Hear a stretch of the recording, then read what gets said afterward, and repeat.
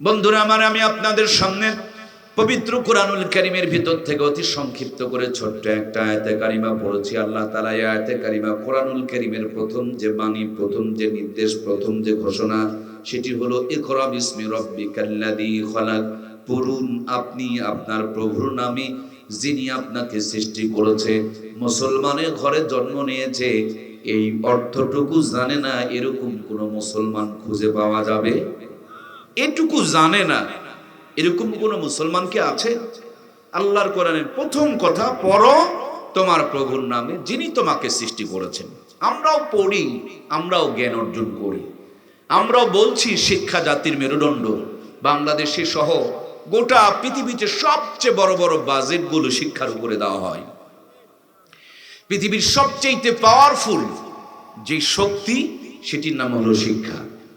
পারমাণবিক বোমা, অ্যাটম বোমা, বিমান, কামান, হেলিকপ্টার, এদের যে শক্তি আছে, এদের যে পাওয়ার আছে, এদের যে ক্ষমতা আছে, তার চাইতে বড় পাওয়ার হলো শিক্ষা। সুবহানাল্লাহ বলেন। কারণ ওই অস্ত্রগুলোকে যারা বানিয়েছেন তারা কি মূর্খ মানুষ? তার মানে শিক্ষা না থাকলে ওই অস্ত্রগুলো তারা বানাতে পারতো না। যাদের স্বর্ণের খনি আছে, যাদের তেলের খনি আছে, তারা ধনী নয়। পৃথিবীতে তারাই ধনী যারা যত বেশি শিক্ষিত। সুবহানাল্লাহ বলেন। দেখুন না, আজ থেকে 50 বছর আগে ধনী মানুষেরা তাদের ছেলে মেয়েকে স্কুলে পাঠাতেন না, বলে আমাদের তো অনেক কিছু আছে, তোমরা আবার কষ্ট করে স্কুলে যাওয়ার দরকার কি? চাকরির কোনো তাদের ভিতরে নেশা ছিল না, আশা ছিল না। তারা রাজ পরিবারে জন্ম নিয়েছিলেন, রাজত্ব করতেন, কিন্তু ওদের বাড়িতে কাজ করতো যারা, কষ্ট করে করে তাদেরকে ছেলে মেয়েরাকে লেখাপড়া করায় শিক্ষিত বানিয়েছে। এখন ধনীর ছেলেরা মূর্খ হওয়ার কারণে গাঁজা খায়, বিড়ি খায়, সিগারেট খায়, আর গরিবের ছেলেরা শিক্ষিত হয়ে বড় বড় পজিশনে, বড় বড় চেয়ারে যাওয়ার কারণে ধনীরা বিক্রি করে আর গরিবেরা কিনে কিনেই এখন রাজত্ব করে। ঠিক কিনা? তার মানে আমার প্রিয় ভাইরা, শিক্ষা এমন একটা নিয়ামক যার চাইতে দামি নিয়ামত আর কিছু হতে পারে না। এই জন্য আল্লাহ প্রথমে নামাজের কথা, রোজার কথা, হজের কথা, যাকাতের কথা বলেন নাই। প্রথমেই যেই কথাটা বলেছেন সেটি হলো জ্ঞান অর্জন করো, পড়ো। হাদিসের মধ্যে এমন এসেছে, শিক্ষার জন্য প্রয়োজন হলে সুদূর চীন পর্যন্ত যাও। চীন দেশে পূর্বেকার অনেক আভিজাত্য রয়েছে, জ্ঞান বিজ্ঞানের অনেক নমুনা রয়েছে। আল্লাহর হাবিব বলেছেন, যখন কোনো কেউ এলমে দিন শিক্ষা করার জন্য যায়, আল্লাহর নূরের তৈরি ফেরেশতাগুলো তাদের পায়ের নিচে পর বিছায়া দেয়। একজন মানুষ ভালো সুগন্ধ ব্যবহার করে যদি রাস্তা দিয়ে হেঁটে যায়, সাইডের মানুষগুলো গন্ধ পায়। আতরটা যদি বেশি দামি হয়, বেশি পাওয়ারফুল হয়, গন্ধ তার 2-1 মিনিট লাস্টিং করে, 5 মিনিট পর্যন্ত লাস্টিং করে। কবরের পাশ দিয়ে যদি কোনো এলেম হাসিল করনেওয়ালা যায়, তো এদের পাওয়ার, এদের মর্যাদা, এদের সম্মান, এদের ইজ্জতের দাম কত, যে এদের ইজ্জতের কারণে কবরে আযাবকে আল্লাহ তাআলা 40 দিন পর্যন্ত মওকুফ করে দেয়।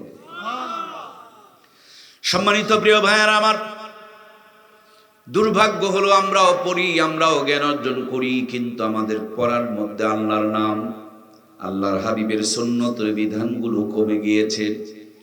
যেই পড়ার মধ্যে আল্লাহর নাম, নবীজির সুন্নতের বিধান আছে, সেই পড়াকে অনেকে অবহেলা করতেছে। আমাদের দেশের বড় একজন বুজুর্গ 2টা কথা বাড়িতে নিয়ে যাবেন আমার জ্ঞানী গুণী ভাইয়েরা। এই 2টা কথা শুধু বাড়িতে নিয়ে যাবেন, আমার আলোচনার মধ্যে এই 2টা কথা নিয়ে যাবেন। আমি কথাটা এক্ষুনি বলবো, এই কথাটা খালি বাড়িতে নিয়ে যাবেন। বাংলাদেশের একজন দার্শনিক বুজুর্গ হাফেজ হুজুর রহমাতুল্লাহি আলাইহি, যিনি বটগাছ প্রতীক নিয়ে বাংলার জমিনে নির্বাচন করেছিলেন, তিনি বলে গিয়েছেন, ধর্মহীন কর্মশিক্ষা আর কর্মহীন ধর্মশিক্ষা, কথা মাত্র 2টা। ধর্মহীন কর্মশিক্ষা, কর্মহীন ধর্মশিক্ষা, দুটি হলো জাতির জন্য অভিশাপ। ধর্ম আছে কিন্তু কর্ম নাই, নিজের পেটের ভাতটা পর্যন্ত বের করতে পারে না, মানুষের কাছে হাত পাততে হয়। হাফিজ হুজুরের ভাষায় এটা জাতির জন্য মেরুদণ্ড নয়, জাতির জন্য নিয়ামত নয়, এটা হলো জাতির জন্য অভিশাপ এবং লানত। আবার তিনি বলেছেন, ধর্মহীন কর্মশিক্ষা, গোসলের ফরজ জানে না, ওযু করতে পারে না, পাক না পাক বোঝে না, হালাল হারাম চিনে না। ডাক্তার হয়েছে, মাস্টার হয়েছে, ইঞ্জিনিয়ার হয়েছেন, এমপি হয়েছেন, মন্ত্রী হয়েছেন, রাষ্ট্রপতি হয়েছেন, কিন্তু গোসলের ফরজ কয়টা জানে? কথা বলুন, জানে? হাফিজজি হুজুরের ভাষায় তিনিও জাতির অভিশাপ, তিনিও জাতির জন্য লানত, তিনিও জাতির জন্য বড় নিয়ামত নয়, জাতির জন্য বড় গজব। আমার বাংলার জমিনে এখন দুই শ্রেণীর শিক্ষাই বেশি চলে। কেউ ধর্ম নিয়ে এত ব্যস্ত কর্মওয়ালা শিক্ষার কাছে যেতে পারে নাই, আর কেউ কর্মওয়ালা শিক্ষা নিয়ে এত ব্যস্ত গোসলের ফরজটাও পর্যন্ত তার জানা হয় নাই। এই দুই শিক্ষার কারণে বাংলার জমিনে রহমতের পরিবর্তে আযাব আর গজব চলছে। কথা বলুন ঠিক কিনা? খুব খেয়াল করে দেখুন আমার প্রিয় ভাইয়েরা, পবিত্র কুরআনুল কারীমের মধ্যে আমার আল্লাহ তাআলা কি সুন্দর করে আপনার আমার জন্য নির্দেশনা দান করেছেন। রব্বানা আতিনা ফিদ দুনিয়া হাসানাতাও ওয়া ফিল আখিরাতি হাসানাতাও ওয়া কিনা আযাবান নার। আল্লাহু আকবার। আল্লাহ বলেন, গোলাম তোমরা আমার কাছে প্রার্থনা করো, রব্বানা আতিনা, ওগো আমার রব তুমি আমাকে দুনিয়া এবং আখিরাতের উত্তমটা দান করো এবং আমাকে জাহান্নাম থেকে মুক্তি দিয়ে দাও। একজন মানুষ দুনিয়ার উত্তমটা যদি পায়, আখিরাতের উত্তমটা যদি পায়, আর জাহান্নাম থেকে যদি নাজাত পেয়ে যায়, এটাই হলো সফল কাম মানুষ। এই মানুষের দুনিয়া আখিরাতে কোনো চিন্তা নাই। কথা বলুন ঠিক কিনা? খালি আখিরাত পেয়েছেন, দুনিয়া পান নাই। এই আখিরাত আছে, দুনিয়া নেই। শেষ মুহূর্তে দেখবেন টাকার অভাবে, দরিদ্রতার কারণে অনেকে ঈমান পর্যন্ত হারিয়ে ফেলে। আবার অনেকের অনেক সম্পদ আছে কিন্তু ভিতরে ঈমান নাই। এই সম্পদগুলো থাকার কারণে আমার ভাইয়েরা আমেরিকা যায়, ব্রিটেন যায়, জাপানে যায়, নষ্টামি করে বেড়ায়, সিনেমার হল বানিয়ে বেড়ায়, নাস্তিকতা প্রমোট করে বেড়ায়। এটা হলো তাদের ভিতরে দুনিয়া আছে কিন্তু আখিরাত নাই, তার জন্য তারাও বেঈমান হয়ে যায়। এই জন্য দুনিয়া এবং আখিরাত দুইটাই লাগবে। ঘোষণাটুকু কার? আমরা বেশি বুঝি না, আমাদের রব বেশি বোঝেন। তিনি বলেছেন, গোলাম দুনিয়া আখিরাতের উত্তমটা কামনা করো আর জাহান্নামের আগুন থেকে মুক্তি প্রার্থনা করো। সুতরাং প্রিয় ভাইয়েরা আমার, এই মাদ্রাসাগুলো দেখছেন, এখানে দেখবেন শুধু আরবি পড়ানো হয় না, এখন প্রত্যেকটা মাদ্রাসায় নুরানি সিলেবাস চালু আছে। নুরানিতে গিয়ে দেখবেন যত্ন করে বাংলা পড়ানো হয়, ইংরেজি পড়ানো হয়, অঙ্ক পড়ানো হয়, সাথে দোয়া পড়ানো হয়, হাদিস পড়ানো হয়, মাসালা পড়ানো হয়, কোরআনুল কারীম পড়ানো হয়। তার মানে এখানে দুনিয়া এবং আখিরাত দুটাই পাওয়া যায়। জোরে বলুন সুবহানাল্লাহ। আমরা নওগাঁ থেকে এখানে আসলাম আগামীকাল। নওগাঁর মধ্যে উদ্দেশ্যে আমাদেরকে রওনা করতে হবে। এই যাওয়া আসার মাঝখানে কম করে হলো কি 50টা রাস্তার মোড় আছে না নাই? ভাই নাই? যদি আমি ভুল করে আমবাড়ি ওঠার পর ডান দিকে গেলে দিনাজপুর আর বাম দিকে গেলে ফুলবাড়ি, আমি যদি ভুল করে ডান দিকে দিনাজপুরের পথে রওনা করি, বলুন তো দেখি আমার কি নওগাঁ যাওয়া হবে? আমার ভাইয়েরা, ফুলবাড়িতে যাওয়ার পর ডান দিকে গেলে বিরামপুর আর বাম দিকে গেলে আপনাদের পার্বতীপুর অথবা রংপুর। আমি যদি ভুল করে বাম দিকে রওনা করি, বলুন তো দেখি আমার কি আর নওগাঁ যাওয়া হবে? তাহলে আমার প্রিয় ভাইয়েরা, রাস্তা চেনা লাগবে। আর রাস্তা যদি চিনতে না পারেন, তাইলে ছোট্ট একটা মোবাইল ফোন, এর মধ্যে গোটা দুনিয়াটা আল্লাহ তাআলা বান্দার মাথায় বুদ্ধি দিয়েছে, আর বান্দা গোটা দুনিয়া কোন মোবাইলে ঢুকায় দিয়েছে। গুগলের অপশনে যাবেন, ডাটাটাকে অন করবেন, লোকেশন নামক একটা সফটওয়্যার আছে, এই সফটওয়্যারটাকে আপনি চালু করবেন, লিখে দিবেন আমবাড়ি টু নওগাঁ কত কিলোমিটার দূরে, কয় ঘন্টা সময় লাগবে, কতক্ষণ রওনা করেছেন, কতক্ষণে গিয়ে পৌঁছবেন, গাড়িটা কত স্পিডে চলতেছে, কত কিলোমিটার এসেছে আর কত কিলোমিটার বাকি আছে, ডান পাশের গ্রামের নাম কি, বাম পাশের গ্রামের নাম কি, কয় মিনিট পর সামনে গিয়ে রাস্তার মোড় পড়বে, আগেই সিগন্যাল দিয়ে আপনাকে আমাকে জানায়া দিবে। তেমনি আমরা আদি পিতা আদমের সন্তান, আমাদের সবার বাড়ি জান্নাতে। জান্নাত থেকে আল্লাহ তাআলা দুনিয়াদারি করার জন্য দুনিয়াতে পাঠিয়েছেন। এই দুনিয়াদারি করে আবার যাব কোন জায়গায়? যারা যারা কথা বলছেন না, জবানে কিন্তু প্যারালাইসিস এবং ডায়াবেটিস হওয়ার আলামত। জবান শুধু বিড়ি টানার জন্য নয়, আল্লাহর দেওয়া জবান আল্লাহর পক্ষে কথা বলার জন্য। কথা বলুন ঠিক কিনা? জান্নাত থেকে এসেছি দুনিয়াদারি করে আবার কই যাব? জান্নাত থেকে এসে জান্নাতে যাব। এই জান্নাতে যাওয়ার পথে মাঝখানে শয়তান ও পেতে পেতে বসে আছে। শয়তান আপনাকে আমাকে পথ ভুলাইয়া জাহান্নামে নিয়ে যাওয়ার জন্য অপেক্ষায় রয়েছে। শয়তানের ধোঁকায় যেন না পড়ে, পথটা যেন বান্দার হারিয়ে না যায়, এই জন্য কোরআনুল কারীম নামক সফটওয়্যার খানা দান করেছেন তিনি কে? এই কোরআনুল কারীমকে যদি সিনার মধ্যে ঢুকিয়ে নিতে পারেন, এই কোরআনুল কারীমকে যদি মাথার মধ্যে ইনস্টল করে নিতে পারেন, এই কোরআনুল কারীমের লোকেশনটাকে যদি একবার চালু করে নিতে পারেন, এই কোরআনুল কারীম আপনাকে পথ দেখাবে। ফজর হয়ে গিয়েছে, আযান হয়েছে, আল্লাহর বান্দা ওঠো, নামাজ পড়ো, নামাজ হয়ে গিয়েছে, একটু কোরআনুল কারীম তেলাওয়াত করো। কোরআনুল কারীমের তেলাওয়াত হয়েছে, এবার ব্যবসা চাকরি ক্ষেত খামারে ছড়িয়ে পড়ো। সেখানে তোমার নবী যেইভাবে চাকরি ব্যবসা ক্ষেত খামার করেছে ওইভাবে করো, তোমার দুনিয়াদারি হবে। এই দুনিয়াদারির ভিতরেও আখিরাতগিরিও দান করে রেখেছেন তিনি কে? দুনিয়াদারিটা যদি সুন্নত তরিকায় হয়, দুনিয়াদারিটাকে আল্লাহ তাআলা ইবাদত বানিয়ে দিয়েছেন। সুবহানাল্লাহ বলেন। কিন্তু এই দেশের মানুষ মনে করে মসজিদে যাওয়া হয় তার নাম ইবাদত, আর ব্যবসা প্রতিষ্ঠানে যাওয়া হয় তার নাম হলো দুনিয়াদারি। এদেশের মানুষেরা মনে করে মসজিদে যাওয়া হয় তার নাম ইবাদত, চাকরির চেয়ারে বসে যেটা হয় সেটার নাম দুনিয়াদারি। দুনিয়াদারি মুসলমানের নাই। মুসলমান দুনিয়াদারি যদি সুন্নত তরিকায় করে, পুরা দুনিয়াদারিকে আল্লাহ ইবাদত বানিয়ে দেয়। সুবহানাল্লাহ বলেন। এমন একজন নবীর উম্মত আল্লাহ তাআলা বানিয়েছেন, যে নবীর ওসিলায় দুনিয়াতে এসেছি সবার পরে, কিন্তু জান্নাতে যাব আমরা সবার। দুনিয়াতে বাঁচবো কম, কিন্তু দুনিয়ার সবচেয়ে বেশি সওয়াব কামাই করব আমরা। জোরে বলেন না সুবহানাল্লাহ। এমন একজন নবী পেয়েছি যিনি হাসার নিয়মটা শিখিয়েছেন, কাদার নিয়মটাও শিখিয়েছেন, হাঁটার নিয়মও শিখিয়েছেন, কথা বলার নিয়ম শিখিয়েছেন, বিবাহ শাদীর তরিকাটাও দেখিয়েছেন, টয়লেট বাথরুমে যাওয়ার তরিকাটাও বাতলে দিয়েছেন, মসজিদে ঢোকার দোয়া শিখিয়েছেন, বের হওয়ার দোয়া শিখিয়েছেন, ছাগল চড়ানো থেকে নিয়ে রাষ্ট্রপতির দায়িত্ব পর্যন্ত আল্লাহ তাআলা তারে পালন করিয়ে নিয়েছেন। তার মানে জীবনের শুরু থেকে নিয়ে শেষ পর্যন্ত, পায়ের তালু থেকে নিয়ে মাথার চুলের আগা পর্যন্ত, রান্নাঘর থেকে নিয়ে বঙ্গভবন পর্যন্ত প্রত্যেকটা জায়গায় নবীর সুন্নতের আদর্শ আছে না নাই?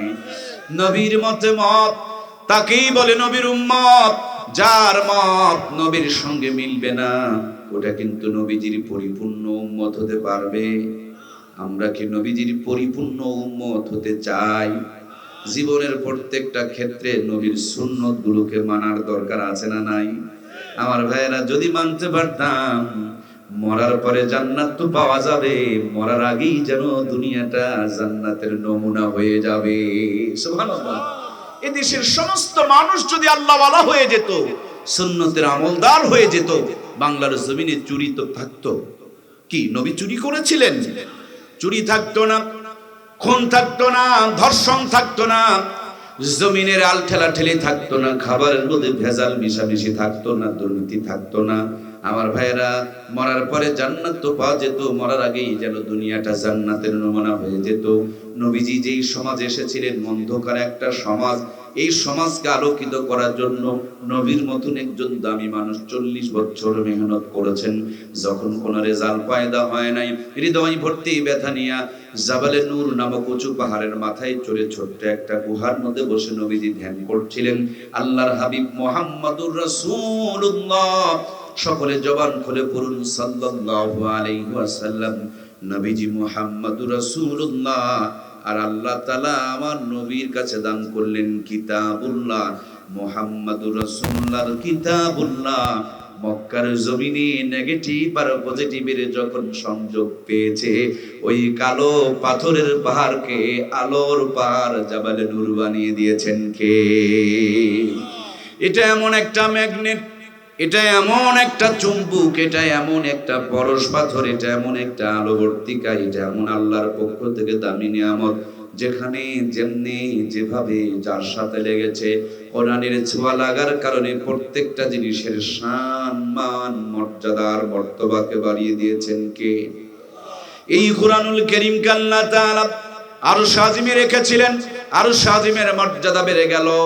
ফেরেশতা নিয়ে আসলেন, ফেরেশতাদের মাঝে তিনি সর্দার হয়ে গেল। পাথরের পাহাড়ে নাজিল হলো, পাথরের পাহাড়টাকে আল্লাহ তাআলা আলোর পাহাড় বানিয়ে দিলেন। এই কোরআনুল কারীম রমজান মাসে নাজিল হলো, রমজান মাসকে আল্লাহ তাআলা 11 মাসের সেরা বানিয়ে দিল। এই কোরআনুল কারীম একটি মোবারক রাত্রে নাজিল হলো। লাইলাতুল কদরি খায়রুম মিন আলফি শাহর, এক রাতের মর্যাদা 1000 মাসের চেয়ে উত্তম বানিয়ে দিলেন কে?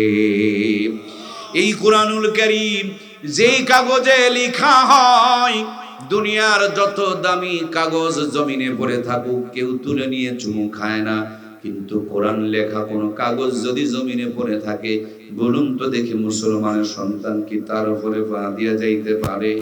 ওই কাগজটা দামি হয়ে যায়, তুলে নিয়ে চুমু খায়, নিজেকে উপরে থাকতে দেয় না।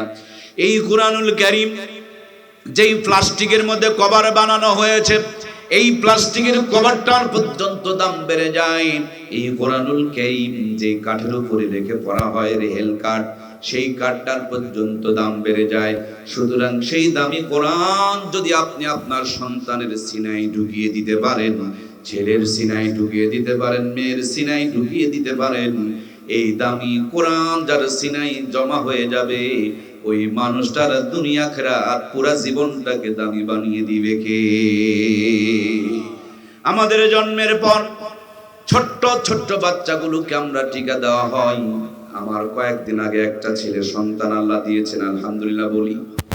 আমার ছেলেটাকে টিকা দিতে হবে। আজকেই আমার বেগম সাহেবা বলছিলেন টিকা দেওয়ার ব্যবস্থা করুন। আমি বলছিলাম ছোট্ট বাচ্চা, টিকা দিলে তো অসুস্থ হয়ে যাবে, কিন্তু তিনি বলছেন না, টিকা না দিলে রোগ প্রতিরোধ ক্ষমতা বাড়বে না। বেলাতে ছোট্ট বাচ্চাদের 6টা টিকা দেওয়া হয়। ভাইরা আপনারা কি জানেন? মুরব্বীরা যারা আছেন, কাপড়টা সরায়া দেখবেন আপনাদের ডানার মধ্যে টিকা দেওয়ার বড় বড় দাগ আছে।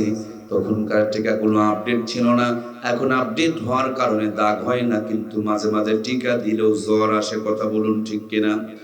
তারপরও টিকা কেন্দ্রে নিয়া বাচ্চা যখন সামনে দেখে অন্য ছেলেকে ইনজেকশন করে, চিৎকার করে, এটা দেখে আপনার বাচ্চা পালিয়ে যেতে চায়, কিন্তু বাবা মা পালিয়ে যেতে দেয় না, বরঞ্চ কোলের মধ্যে চেপে ধরে শক্ত করে ইনজেকশনের সিরিজ যখন ফুরিয়ে দেয়, দেখবেন ডাক্তারের 14 কুষ্টি তুলে গালি দেয়। ডাক্তার মন খারাপ করে না, কারণ ডাক্তার জানে এ যদি বুঝতো আমাকে গালি না দিয়ে আমার কপালে চুমু খেত। কথা বলুন ঠিক কিনা?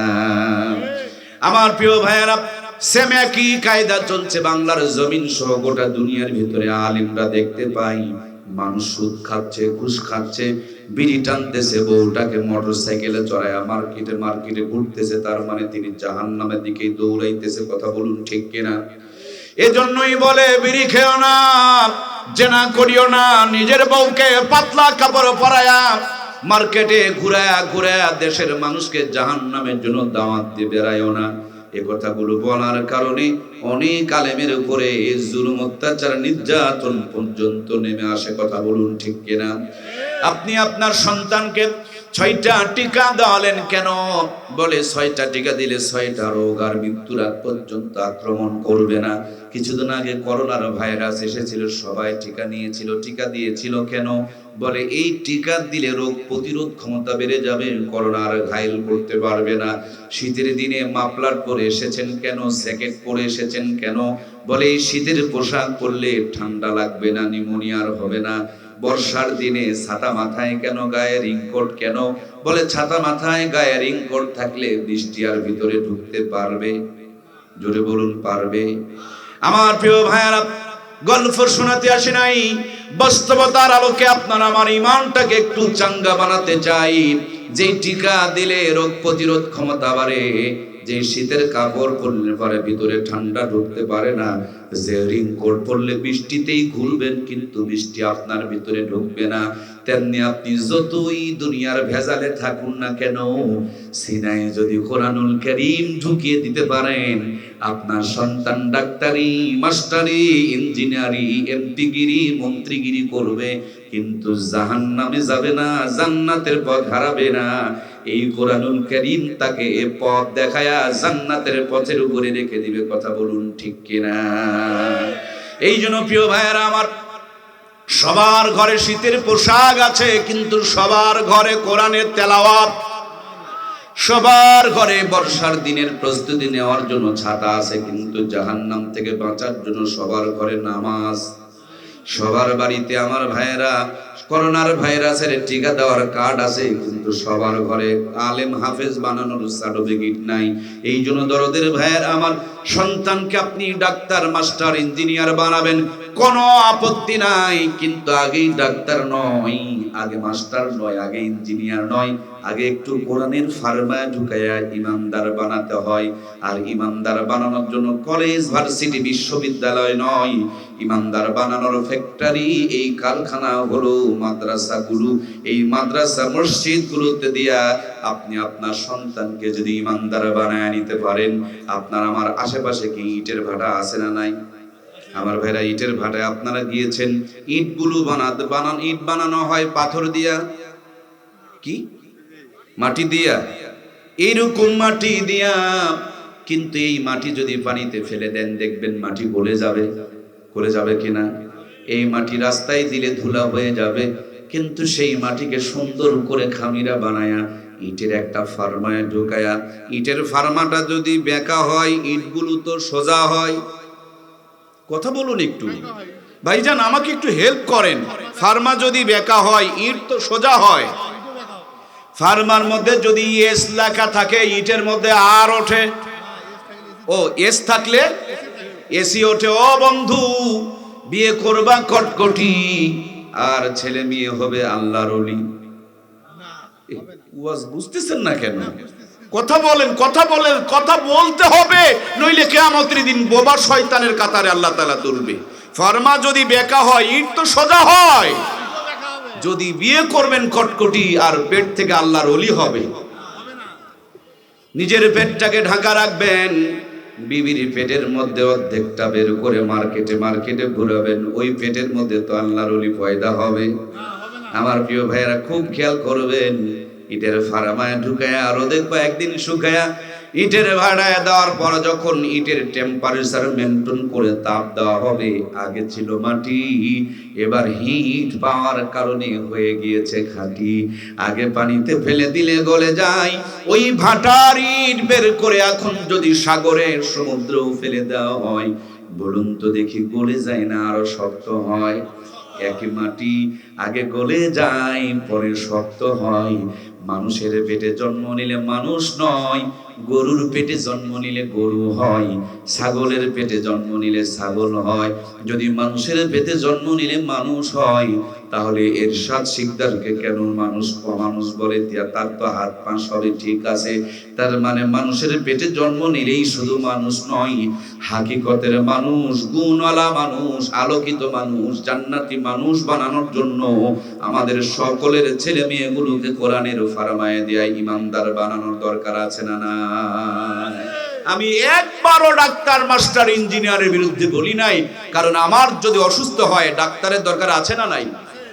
বিল্ডিং বানাতে গেলে ইঞ্জিনিয়ারের দরকার, ছেলে মেয়েগুলোকে উচ্চ শিক্ষিত করানোর জন্য মাস্টারের দরকার আছে না নাই? কিন্তু এগুলোকে যদি ইমানদার না বানায়া খালি খালি ডাক্তার বানান, দেখবেন বানাইছেন ডাক্তার, কোরআন ভিতরে না থাকার কারণে ডাক্তার হয়ে গেছে বাটপার। হাসপাতালে বসে থাকে, রোগ ধরতে পারে না, কলমে লেখে না, চোখে দেখে না। ওই ডাক্তার আবার বৈকাল বেলা প্রাইভেট ক্লিনিকে যখন বসে, 500 টাকা ভিজিট পেলে আব্বা আব্বা বলে ডাকে। যারা যারা কথা বললেন না, আপনাদের জবানে কিন্তু বেকায়দা আছে। আপনাদের এলাকায় এটিকে পার্বতীপুর, তাই না? আগামী লাগিয়ে দেখবেন ডাক্তার মহোদয় চোখে দেখে না, কানে দেখে না, কলমে লেখে না। বৈকাল বেলা ওই ডাক্তার যখন প্রাইভেট ক্লিনিকে বসেছে, 800 টাকা 500 টাকা ভিজিট দিলে আব্বা আব্বা বলে ডাকে। কথা বলুন ঠিক কিনা? আমার ভাইয়ারা, প্রত্যেকটা জিনিসের একটা আলামত আছে। হুজুরের একটা আলামত, আবার গাঁজা খোরে দেখবেন বড় বড় মোষ, তার মানে গাঁজা খোরের ওইটা আলামত। যাদের চোখগুলো হলুদ হয়ে যায়, হলুদ চোখ দেখে বোঝা যায় যে তার হলুদ হলে কি যেন একটা রোগ হয়, জন্ডিস হয়ে গিয়েছে। এটা হলুদ মানে এটা জন্ডিসের আলামত। শরীরের যদি টেম্পারেচার বেড়ে যায়, তাপ বেড়ে যায়, এটা কিসের আলামত? জ্বরের আলামত। এই বেচারি 30 বছর পর্যন্ত লেখাপড়া করেছে, ডাক্তারের উপরে বিদেশ থেকে ডিগ্রি অর্জন করেছে। গরিব একজন মানুষ তার কাছে গিয়েছে, দেখেই চিনে ফেলে দিয়েছে তার জ্বর হয়েছে, এক পাতা নাপা খেলেই ভালো হয়ে যাবে। তারপরও দেখবেন 13টা পরীক্ষা দেয়। কথা বলছেন না কেন গো? এটা কি ডাক্তারি না বাটপাড়ি? আরে তুমি চিনে ফেলেছো রে ভাই, জ্বর হইছে, এক পাতা নাপা দিলে সেরে যাবে, এই 13টা পরীক্ষা দিলা কেন? ওখান থেকে পার্সেন্টেজ কামাই হয়। কথা বলুন ঠিক কিনা? জানে যে এক পাতা নাপা আর এক পাতা মাশাআল্লাহ এই একটা গ্যাসের বড়িটরি দিলেই কাম হবে। 17টা ঔষধ লেখছে, ওই যে কোম্পানি কিনে রেখেছে।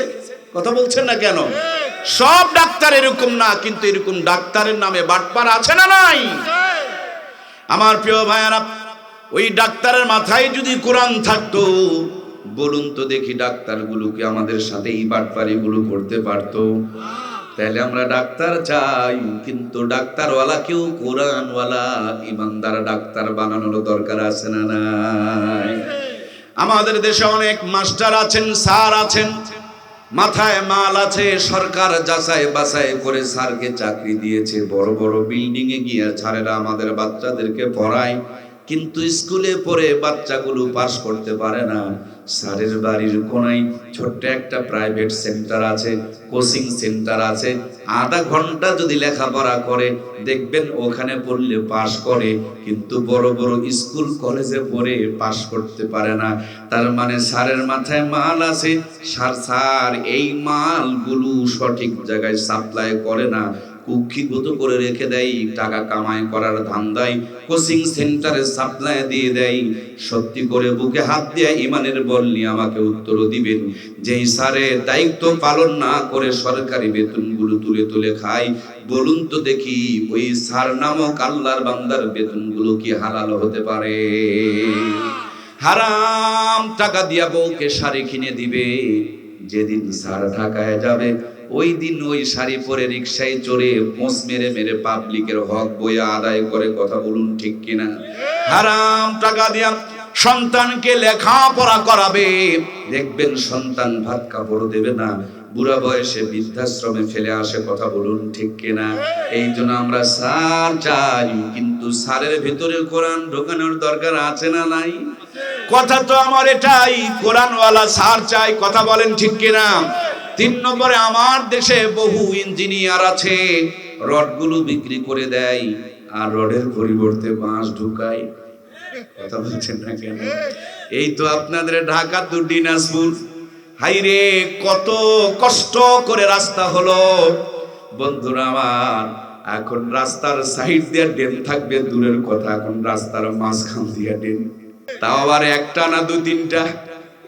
একজনরে জিজ্ঞেস করেছিলাম এত ড্রেন কেন? উনি বলছেন যেহেতু উন্নতি হয়েছে, উন্নতির ভারে রাস্তা ডেবে এখন ড্রেন হয়ে গেছে। আমার প্রাণপ্রিয় ভাইয়েরা, তার মানে তারা রডগুলো বিক্রি করে দেয়, ইটগুলো বিক্রি করে দেয়, পাথরগুলো বিক্রি করে দেয়, এই জমাট বাঁধানোর জন্য যে আপনার আমার ওই যে কি যেন পিচ দেওয়া লাগে, সেই পিচগুলো বিক্রি করে দেয়। এই জন্য রাস্তার মাঝখানে ড্রেন হয়ে যায়। বলুন তো দেখি ওই ইঞ্জিনিয়ার গুলোর মাথায় যদি আল্লাহর কোরআনের সরদার থাকতো, জনগণের হক হালাল টাকার এই রডগুলো বিক্রি করে আর বাঁশ ঢুকাইতে পারতো? আমার সোনার বাংলা সৌদি আর ভর্তি হইতো। সুতরাং আমার সন্তানগুলোকে ডাক্তার, মাস্টার, ইঞ্জিনিয়ার বানানোর জন্য আগে যদি ইমানদার বানায়া রাষ্ট্রপতি থেকে নিয়ে মেম্বারের চেয়ার পর্যন্ত সেটআপ দিতে পারি, সোনার বাংলা সোনাই রূপান্তরিত হয়ে যাবে। দুর্নীতি দমন কমিশনের দরকার পড়বে না, ঠিক কিনা? বাংলার জমিনে সবচেয়ে বড় দুর্নীতি যেই দুর্নীতি সবচেয়ে বড় যেই সেক্টরটা করেছে সেটি হলো দুর্নীতি দমন কমিশন। দুর্নীতি দমন কমিশন যদি অ্যাক্টিভ থাকতো, আমার দেশে এত দুর্নীতি হতো। ওখানে পাতি মারলে দুর্নীতি করা যায়, আর পাতি না মারলে মামলা চেপে যায়। কথা বলুন ঠিক কিনা? যারা দুর্নীতি করবে তারাই সবচেয়ে বড় দুর্নীতি বন্ধ করনেওয়ালারা। বড় দুর্নীতি করেছে। সুতরাং প্রিয় ভাইয়েরা, মানুষের ভয় কলিজায় ঢুকায়া কোনো লাভ নাই। মানুষের কলিজায় যদি আল্লাহর ভয় ঢুকানো যায়, প্রত্যেকটা মানুষ ফেরেশতার চাইতে দামি হয়ে যাবে, ঠিক কি না? এজন্য প্রাণপ্রিয় ভাইয়েরা আমার, দুনিয়া আখিরাত দুটি অর্জন করতে হবে। আমি স্কুলের বিরুদ্ধে বলি না, কারণ স্কুল তো দিনে পড়াই। আমি মাদ্রাসার পক্ষে বলি, কারণ মাদ্রাসা দিনেও পড়াই। দু তিনজন কইলেন, স্কুল তো দিনে পড়ায়, মাদ্রাসা দিনেও পড়ায়। আবার যদি বলি রাত ৩টার থেকে পড়াই, ঠিক আছে না নাই? তার মানে ওরা যা পড়ায় এরা কিন্তু ৩ গুণ বেশি পড়ায়। ওরা যদি স্কুল বাদ দিয়া প্রাইভেট পড়ায়, বেতন অতিরিক্ত নেয় কিনা, কোচিং এর ফি নেয় কিনা? কিন্তু বুকে হাত দিয়ে বলেন তো মুসলমানের বাচ্চা, বাংলার জমিনে যত মাদ্রাসা দিনে পড়ায়, রাতে পড়ায়, ভোরে পড়ায়, তার জন্য কি অতিরিক্ত কোনো বেতন নাই? স্কুলে তো দুনিয়ারটা পড়ায়, মাদ্রাসায় দুনিয়ারটাও পড়ায়, আখিরাতেরটাও। এক্ষুনি যদি আপনার আমার সামনে 2টা গেট করে দেওয়া হয়, এক গেট দিয়ে বের হলে 1 প্যাকেট তাবারক দেওয়া হবে, আর এক গেট দিয়ে বের হলে 2 প্যাকেট তাবারক দেওয়া হবে।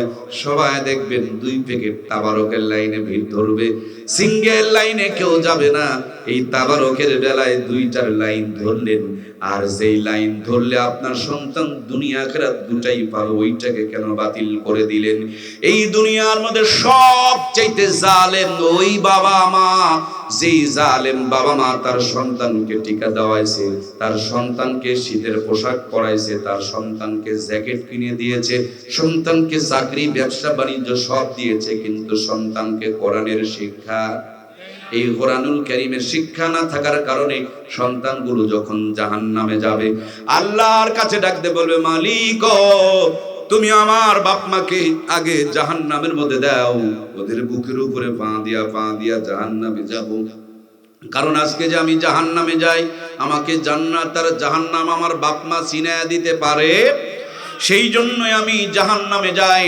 আমার বাবা মাকে আগে দাও, ওদের বুকের উপরে পা দিয়া জাহান্নামে যেতে চাই। পিছনে যেই ভুল হয়ে গিয়েছে, সামনে যেন এই ভুলটা আর না হয়। এই জন্য আমাদের ছেলে মেয়েগুলোকে ইমানদার বানানোর দরকার আছে না নাই? আমি তো লতিফ সিদ্দিকীকে নিয়ে ভয় করি না, আমার ভয় তসলিমা নাসরিনকে নিয়ে হয় না, আমার ভয় বড় বড় নাস্তিক আর মুরতাদদেরকে নিয়ে হয় না, আমার ভয় হয় আপনাদেরকে নিয়ে, আমার ভয় আমাকে নিয়ে, আমার ভয় আমাদের কাছে যারা বসা তাদেরকে নিয়ে। কারণ লতিফ সিদ্দিকী অমন হলো কেন, তসলিমা নাসরিন নাস্তিক হলো কেন? একটাই মাত্র কারণ, তাদের মাথার মধ্যে সব আছে কিন্তু আল্লাহর কোরআন, এই জন্য তারা নাস্তিক হয়ে গিয়েছে। আপনিও তো সেই পথে চলছেন, আপনার ছেলেকে সব দিয়েছেন কিন্তু কোরআনুল কারীম থেকে দূরে রেখেছেন। কথা বলুন ঠিক কিনা? নবী আমার বলেন, আল কোরআনু হুজ্জাতুল্লাহ আলাইকা, এই কোরআনুল কারীম হলো আপনার আমার জন্য দলিল। কোরআন যদি পক্ষে থাকে কোনো টেনশন নাই, কোরআন যদি বিপক্ষে চলে যায় সব বরবাদ হয়ে যাবে। কথা বলুন ঠিক কিনা? এত কিছু জানার পরও আপনি আপনার সন্তানকে মাদ্রাসায় দেবেন না। আমি জানি কেন আপনি দেবেন না। আপনি মনে মনে ভেবেছেন হুজুর বানাইলে মনে হয় ভাত পাবে না, এটি আপনার ভিতরে চিন্তা, এটি আপনার ভিতরে ভাবনা, এটি আপনার ভিতরে টেনশন। তবু আমি ওভার চ্যালেঞ্জ করে বলছি, বাংলার জমিনে সবচেয়ে সুখী যারা, তারা হলো কোরআনওয়ালা। কথা বলুন, এই কোরআনওয়ালাদের চাইতে বাংলার জমিনে সুখী আর কেউ। কিন্তু দেখার জন্য তো চোখ লাগে, চোখের পাওয়ার যদি কমে যায় দেখবেন ঘোলা ঘোলা দেখতে পায়। এদের চোখে গুনাহ করে করে আবরণ পড়ে গেছে, এরা খালি সুদ ঘুষের বিল্ডিং দেখতে পায়, কিন্তু প্রকৃত শান্তি তারা দেখতে পায়। এই দিনাজপুরে যত বড় বড় সুদখোর, ঘুষখোর, জুয়াচোর, বাটপার, চিটার, মদখোর, তাসখোর, গাঁজাখোর, এক কথায় যত বড় বড় হারামখোর পাবেন সবগুলোকে এক লাইনে বসায়া দেন। আর ইমাম, মুয়াজ্জিম, হাফেজ, মাওলানা, মুফতি, মুহাদ্দিস এদেরকে আরেকটা লাইনে বসায়া দেন। আলু ঘাঁটি দিয়ে হোক আর বেগুন ভর্তা দিয়ে হোক আর আলু ভর্তা দিয়ে হোক, খাবার খেতে বসায় দিয়ে দেখেন হুজুররা চোখের পলকে 3 থেকে 3.5 প্লেট তুলে ফেলবে, এরা দেখবেন হাফ প্লেট নিয়েই নাড়াচাড়া করবে। যারা যারা কথা বললেন না, আমার কি মনে হচ্ছে আপনাদের কানে কোনো সমস্যা আছে নাকি? হুজুরদের সমান সুদখোরেরা খেতে পারবে? হুজুররা খাওয়ার পর পাঞ্চা পাবে আর আলহামদুলিল্লাহ বলে ঢিকুর তুলবে, আর এরা খাওয়ার পর পেটে মসর মসর শুরু করবে। যুদ্ধ লেগে যাবে, আমেরিকা, ভারত, চীন, জাপান, জার্মান সব যুদ্ধ ওনার পেটে লেগেছে। তখন র্যাব আর সার্জেলের খোঁজাখুঁজি করবে। কথা বলুন ঠিক কিনা? প্রিয় ভাইয়েরা আমার, ছোট্ট একটা গ্রামেও যদি কোরআনওয়ালা ইমামতি করে, 30 দিন 30 বাড়িতে 30 রকম হাতে 30 রকম স্বাদে, আবার মাশাআল্লাহ দিনাজপুরে রান্না গোটা বাংলাদেশকে হার মানিয়ে দেয়। প্রিয় বন্ধুরা আমার, তাও যদি আবার আমবাড়ি এলাকার মানুষেরা হয়, আপনাদের আমবাড়িতে কোন দিন হাট? শুক্রবারের দিন যদি পালি পড়ে, দেখবেন বাড়িওয়ালা ঘুম থেকে জাগায়া দিবে, হাতের মধ্যে ব্যাগটা ধরায়া দিবে, পকেটে 2000 টাকা ঢোকায়া দিবে, জলদি বাজারে যাও, নইলে ভালো গোস্ত পাওয়া যাবে না। খালি গোস্তের শুনিলে হবে না, যদি একটু ছোট মাছ পাওয়া যায় তাহলে আরো ভালো হবে। দেশি মুরগি হলে তো সুন্দর করে একটু রোস্ট বানানো যাবে। বাজারে আইটেম লিখেছে 25টা, উনি বাজার করতে করতে করেছে 35টা। বেগম সাহেবা যত্ন করে রান্না করতেছে, কারণ জানে হুজুর মানুষের বাড়িতে বাড়িতে খায়, খাবার যদি স্বাদ না হয় তাহলে দুই নাম হয়ে যাবে। অথবা আল্লাহ ওয়ালাদেরকে ভালোবাসে, তার জন্য যত্ন করে রান্না করছে। ইমাম বড় চালাক মানুষ, চিন্তা করে আমি যদি বাড়িতে বাড়িতে গিয়া খাই তাহলে বউ তো পাতিল নিয়ে লটর ফটর করবে, এই জন্য টিফিন বক্স পাঠায় দেয়। এক বাটির মধ্যে 4 আইটেম 5 আইটেমের তরকারি ঢুকায় দেয়, আইটেমে মিক্সারও হয়ে যায়। এবার বাজারে গিয়ে টিফিন বক্স সন্ধান করে, বড় কি কোনো টিফিন বক্স পাওয়া যায়? দোকানদার বলে 12 তলা 14 তলা পর্যন্ত টিফিন বক্স বের হয়েছে। ইমাম সাহেব বলেন বড়টাই আমাকে দাও। মাঝে মাঝে এমন কিছু বাড়িতে খাবারের পালি পরে 15-17 আইটেম পর্যন্ত রান্না হয়ে যায়। উনি 12 তলা টিফিন বক্স কিনে রওনা করেছেন, এদিকে 14 আইটেম রান্না করে নিয়ে আল্লাহর বান্দে অপেক্ষায় রয়েছেন। 12 তলা 12 আইটেম দিয়ে ভর্তি হয়ে গিয়েছে, এখনো পর্যন্ত 2 আইটেম বাকি আছে। প্লাস্টিকের বাটিতে করে সাজায় দেয়, বাজারে যাওয়া লাগে না, টাকাও খরচ হয় না, কষ্ট করে রান্নাও করা লাগে না। শুধু আল্লাহর কোরআনের সঙ্গে থাকার কারণে সারা জীবন ওই ইজ্জতওয়ালা রিজিকের ব্যবস্থা করে রেখেছেন। তিনি কে? আর যদি আমাদের মতন একটু আলেম বানাইতে পারেন, ইজ্জত কারে কয়? 5 বছরের জন্য ক্ষমতায় যাবেন, মেম্বার থাকবেন, এমপি থাকবেন, মন্ত্রী থাকবেন, সেলুট পাবেন। যেদিন ক্ষমতা চলে যাবে সেদিন আর ফুল নয়, মানুষ ঝাঁটা দিয়া খোঁজাখুঁজি করে। কথা বলুন ঠিক কিনা? কিন্তু কোরআনওয়ালাদের দিকে তাকায় দেখেন, এদের সম্মান হলো আনলিমিটেড। সুবহানাল্লাহ বলেন। বাংলার অন্তরে প্রান্তরে আনাচে কানাচে, অল্প কিছুদিন আগে আমরা খুলনা গিয়েছিলাম, সম্ভবত 26টা শুধু ভর্তার আইটেম, আরো অতিরিক্ত অন্যগুলো আছে। বসার জায়গা নাই, এত তো খাওয়া যায় না। কিন্তু মানুষের কলিজার মধ্যে একটা স্বপ্ন, হুজুর জীবনে কোনোদিন আসে নাই, হয়তোবা ভবিষ্যতেও কোনোদিন আসবে না। পরিবারে আলেম বানাতে পারি নাই, একটা দিন অন্তত আলেমকে যদি মহব্বত করতে পারি, সেই ওসিলায় যেন আল্লাহ মাফ করে দেয়। সুবহানাল্লাহ বলেন। এই তো সেদিন ময়মনসিংহে আমি গরুর গোশত নেব না, কিন্তু ভাইটা আমাকে 1 পিস দেবে, তিনি ছাড়বে না। আমাদের 2 জনের মধ্যে যখন জোরাজোরি হচ্ছিল, পাশেই দেখতেছি তিনি চোখ থেকে পানি মুছতেছিল। জিজ্ঞেস করলাম, আমার না নেওয়ার সঙ্গে তোমার কান্না করার সম্পর্ক কি? তিনি বলেন, আমার মা বুড়ো মানুষ, সকাল থেকে কষ্ট করে আপনার জন্য সব খাবারগুলো নিজের হাতে যত্ন করে রান্না করেছেন। ওনার ইচ্ছা, ওনার স্বপ্ন হয়তোবা কখন মরে যাবেন, একদিন একজন আলেমকে সুন্দর করে আপ্যায়ন করবেন। আপনি খাচ্ছেন, পর্দার আড়াল থেকে আমার মা তাকায় তাকায় দেখছে। ভিতরে গিয়ে দেখি চোখের পানিগুলো আঁচল দিয়ে মুছতেছে। আমি জিজ্ঞেস করলাম, কেন? মা বললেন, আমি প্রায় অনেক সময় ধরে কষ্ট করে গরুর গোশতকে ভেজে ভেজে কালো ভুনা বানাইলাম, আমার কষ্টটা ব্যর্থ হয়ে গেল। হুজুর যে 1 পিস পর্যন্ত নিল না, আপনার যত কষ্ট হোক 1টা পিস হলেও নেন, আমার মায়ের আত্মাটা শান্তি পাবে। কোরআনওয়ালাদের জন্য সাধারণ মানুষের কলিজায় এই ভালোবাসা ঢুকিয়ে রেখেছেন কে? মামুনুল হকের নাম শুনেছেন আপনারা? মামুনুল হকের নাম শোনেন নাই? তিনি যদি আপনাদের আমবাড়িতে আসেন, আমবাড়িতে এসে যদি কোনো চার দোকানে ঢোকে, আর দোকানদার যদি চিনতে পারে এটা আল্লামা মামুনুল হক, চা খাওয়ার পর তো বিল নিবে। কথা বলছেন না কেন ভাই? সে যদি মুসলমান হয় আর চিনতে পারে যদি এটা আল্লামা মামুনুল হক, কি 4 বিল নেবে? মিষ্টির দোকানে গিয়েছে যে আমবাড়ির মিষ্টি তো মাশাআল্লাহ অনেক ভালো, যদি চিনতে পারে এটা মামুনুল হক, 1 কেজি দিয়ে টাকা নিবে না আরো 4 কেজি বেঁধে দিবে? পানির দোকানে গিয়া যদি পান খায়, পানওয়ালা যদি চিনতে পারে, বলুন তো ভাইরা আমার পানের দাম তো নেবে? উনি যদি মনে করে আমি আর কত গাড়ির মধ্যে ঘুরবো, একটু খোলা ভ্যানের উপরে ঘোরাফেরা করে একটু চলাফেরা করব, কোন ভ্যানে যদি চড়ে আর ভ্যানওয়ালা যদি চিনতে পারে, বলুন তো দেখি ভ্যানওয়ালা তো ভাড়া নেবে? এটাই একদিনের জন্য না আজীবন? কথা বলুন, কথা বলুন। বয়স যত বাড়বে সম্মান তত আল্লাহ তাআলা বাড়ায়া দিবে। আমি নিজের চোখে দেখেছি আমার প্রিয় ওস্তাদ আহমদ শফি রহমাতুল্লাহি আলাইহি, শুধু কোরআনওয়ালাদের দাম বাড়ে না, কোরআনওয়ালারা পায়ে দেয়া থাকে, তার জন্য কোরআনওয়ালাদের জুতার পর্যন্ত দাম বেড়ে যায়। জুতা সোজা করে পায়ে দিতে হয় না, তাদের জুতাগুলো জনগণ কলিজায় ভালোবাসা নিয়া, আলেমদের খেদমত করার আশা নিয়া জুতাগুলো পর্যন্ত সোজা করে রেখে দেয়। কথা বলুন ঠিক কিনা? পক্ষান্তরে আমার প্রিয় ভাইরা, হারাম খোরদের বড় বিল্ডিং দেখে আফসোস করিও না। ওই বিল্ডিং থাকতে পারে, কিন্তু বিল্ডিং যদি হারাম টাকার কামাই দেওয়া হয়, সেই বিল্ডিং এ কোনোদিন শান্তি বিরাজ করে না।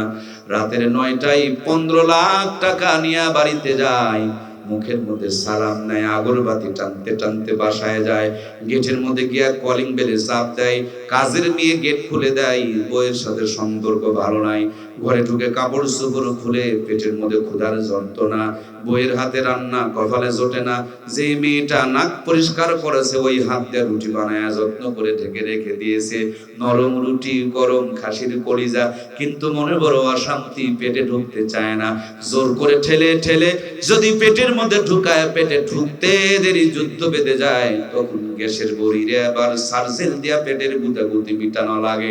কোটিপতির সুন্দর ঘর, 25 লাখ টাকা দিয়ে ডেকোরেশন করা, কিন্তু স্বামী এক ঘরে, বউ আর এক ঘরে, এমন যন্ত্রণা কও যায় না, সহ যায় না, পরকিয়া করে, ক্রিং ক্রিং করে খালি মোবাইলের মেসেজ আসে। আমার ভাইরা এই টেনশন করতে করতে অনেক যুবক এখন হার্ট স্ট্রোক করে বিছানায় পড়ে থাকে। কথা বলুন ঠিক কিনা?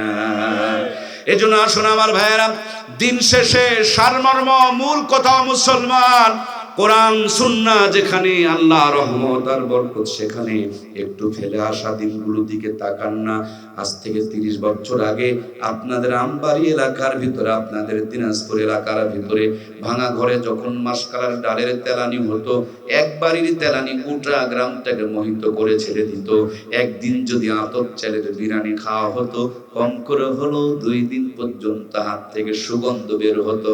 আপনার আমার মূর্খ নানুয়ার দাদুরা সেই পার্বতীপুর স্টেশনের পাশে থেকে 5 টাকা 6 টাকা শের ইলিশের মাছ কিনে নিয়ে বাড়িতে রওনা করত।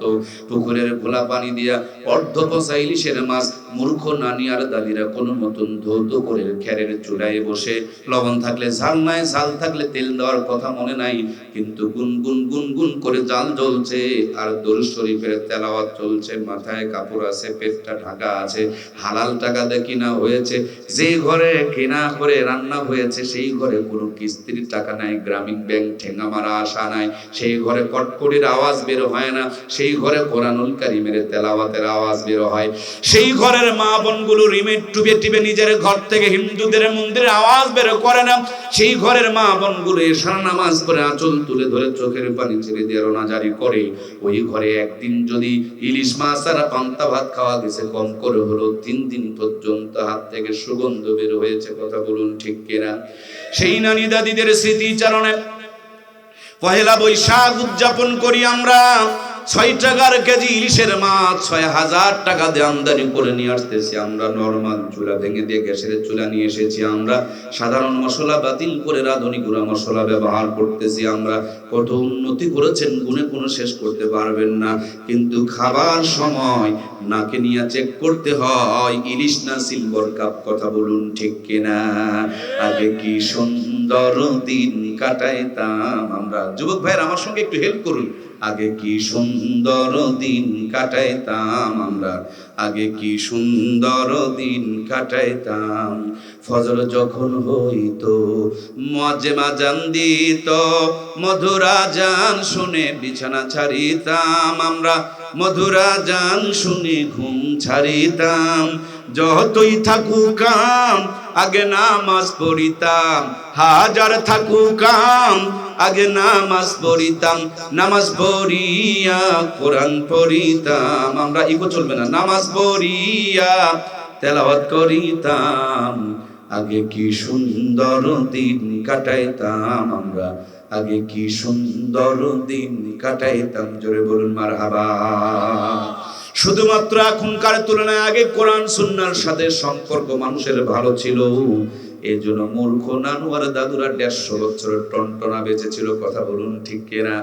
এখনকার তুলনায় তখনকার মানুষদের সঙ্গে কোরআন সুন্নাহর সাথে সম্পর্ক ভালো ছিল। হাফ প্যান্ট পরা নানি দাদিকে নানু দাদুরা বিয়ে করেছে, সেই জামানার 500 টাকা নগদ পণ দিয়ে বিয়ে করেছে। যেই জামানার 500 টাকা দিয়ে 5 বিঘা জমি কিনে পাওয়া গেছে, ওই নানি দাদির পেটে 12টা 18টা 15টা সন্তান জন্মগ্রহণ করেছে। একজন নানি দাদিকেও কসাইখানা নিয়ে পেট চিরে বাচ্চা বের করা দরকার পড়ে। সব কটা সন্তানকে নরমাল ডেলিভারি করেছে, বুকের দুধ খাওয়াইছে। এখন স্মার্ট জামানা, সব চেয়ার মায়েদের দখলে চলে গেছে, ছেলেদের দখলে কোনো দামি কোনো চেয়ার খুঁজে পাওয়া যায় তো। আইন পাস করেছে কিন্তু কোরআন সুন্নাহ না থাকার কারণে আইনের উপরে নোক্তা পড়ে আইন গাইন হয়ে গিয়েছে। যৌতুক জরিমানা খালি বাড়তেছে আর বাড়তেছে। কথা বলুন ঠিক কিনা? আজ থেকে মাত্র 30 বছর আগে এত কিছু ছিল না, কিন্তু কোরআন সুন্নাহ ছিল, তার জন্য রহমত আর বরকত ছিল। এখন তারা আইন পাস করেছে 18 বছর আগে বিয়ে দেওয়া যাবে না, আবার কত কত ফ্রি ফ্রি সাপ্লাই দেয় যাতে করে বিয়ের পর পর বাচ্চা না নেয়। 25-30 বছরে বাচ্চা নিতে চায়, আগের থেকে বড় একটা গাইনি ডাক্তারের সাথে যোগাযোগ শুরু করে দেয়।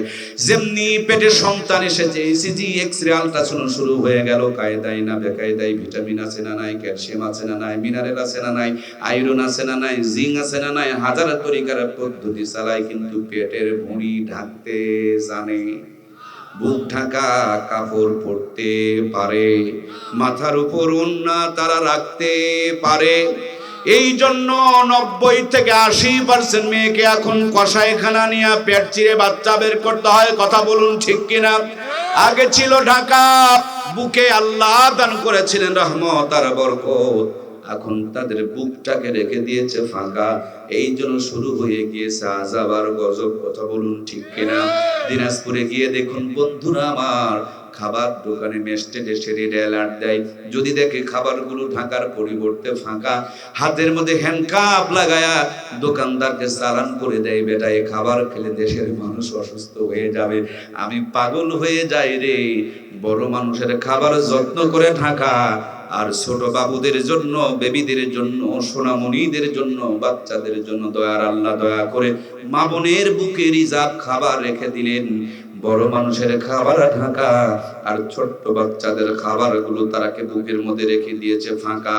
ওই বেপরদাওয়ালা, বেহায়াওয়ালা, বদনজরওয়ালা বুক থেকে দুধ পান করার পর সন্তান কখনো সুস্থ প্রত্যাশা করা যায় না। ওই বদনজরওয়ালা খাবার খাওয়ার কারণে আমাদের বাচ্চাগুলো ছোট থেকেই রোগা আর সোগা। সেই পেটের মধ্যে আল্লাহর ওলি পয়দা হয় না, ওই পেটে সিটারা বাটপার লুচ্চা গুন্ডায় পর্দা হয়। অল্প কিছুদিন আগে বগুড়াতে এক মাহফিল থেকে নামার পর ছোট্ট একটা বাচ্চা কোলে দিয়া বললেন, হুজুর বাচ্চাটাকে বাতাস লেগেছে, ফু দিয়া দেন। আমি জিজ্ঞেস করলাম কেমনে বাতাস লাগলো? ওনারা আমাকে বুঝিয়ে বললেন ভাজা পোড়া খাইতে খাইতে বাহিরে গেছে, তার জন্য বাতাস লেগেছে। আমি চিন্তা করলাম ছোট্ট বাচ্চা ভাজা পোড়া খাইতে খাইতে বাহিরে গেলে যদি বাতাস বুতাস লাগে গো, এমনি তো আমাদের মা বোন গুলো ফর্সা, আমরা পাচ্ছি না তেমন কোন ভরসা, তারপরও বিউটি পার্লারে গিয়ে সাজুগুজু করতেছে। মুসলমানের পোশাক বাদ দিয়ে কিরণমালা কটকটি আর পাখি ধরেছে। কোথায় 5 পিস ছিল, কমাইতে কমাইতে 3 পিসে এনেছিল। 3 পিস বাদ দিয়ে 2 পিস আমদানি করলো। করলো, এখন মাত্র 1 পিস বাকি রাখছে, তার মানে 1 পিস আবিষ্কার হয়ে গিয়েছে। ছোট্ট বাচ্চা ভাজা পোড়া খাইতে খাইতে বাহিরে গেলে যদি বাতাস কুতাস লাগে, এভাবে জানালা দরজা বের করে ইজ্জতের প্রদর্শনী করে, বুক পিঠ বের করে বাংলার জমিনে ঘোরাফেরা করে। এদের বেহায়াপনার কারণে, বেপরদাপনার কারণে, ন্যাংটাপনার কারণে আল্লাহর আযাব আর গজবের বাতাস লাগে কি লাগে না? ও আল্লাহ, আল্লাহ রে, এ কোন দুনিয়ায় পাঠাইলা আমারে? এই জামানার মানুষগুলোর মানুষ নাহি বলে, গরু ঘোড়া হার মানায়া হাতির মতো চলে।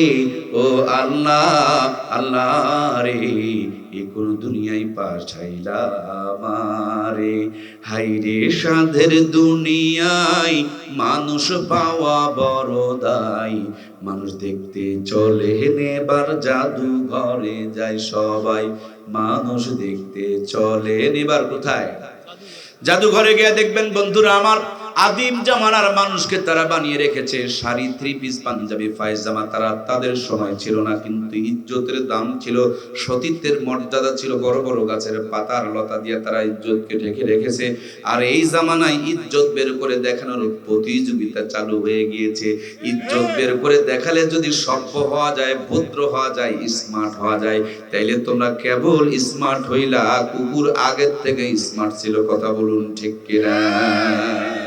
আল্লাহ তাআলা জাতিকে বুঝদান করে বলুন আমিন। সবার সিনায় যদি কোরআন থাকতো, বলুন তো দেখি, মেয়েরা কি আর ইজ্জত বের করে দেখাইতে পারতো?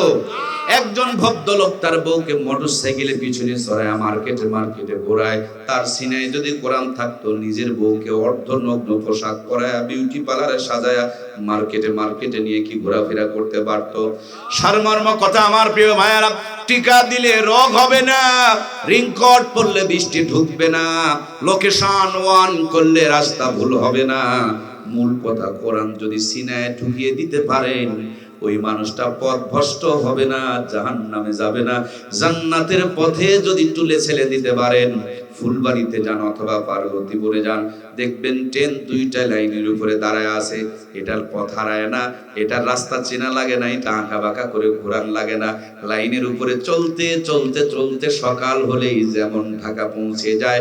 আপনি আপনার সন্তানকে কোরআন সুন্নাহর লাইনের উপরে সকাল বেলা তুলে দিবেন, জীবনের শুরুতে তুলে দিবেন, কোরআনের ফারমায় ঢুকায়া কোরআনের পান দিয়ে ছেড়ে দিবেন।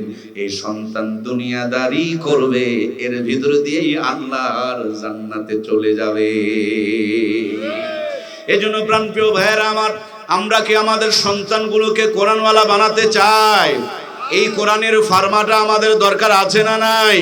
এই কোরআনের সুপারিশ কি নিয়ে কি আমরা সবাই জান্নাতে যেতে চাই? কারা কারা কোরআনের সুপারিশ নিয়ে জান্নাতে যেতে চায়? আল্লাহর কোরআনের সঙ্গে 2খানা হাত উত্তোলন করে আমার আল্লাহকে দেখায় লিল্লাহি তাকবীর। হাতগুলো এভাবে একটু নাড়া দেন, সকলে 2খানা হাত উত্তোলন করুন, লিল্লাহি তাকবীর। আল্লাহ তুমি আমাদের হাতগুলোকে কোরআনের পক্ষে কবুল করে নাও, বলুন আমিন। আল্লাহ আমাদেরকে আখিরি মোনাজাত পর্যন্ত কবুল করো, বলুন আমিন। আয় আল্লাহ, তোমার কোরআনের সুপারিশ নিয়ে শ্রোতা, বক্তা, কর্তৃপক্ষ, আয়োজক সবগুলোকে তুমি একসাথে জান্নাত দিয়ে দিও, বলুন আমিন।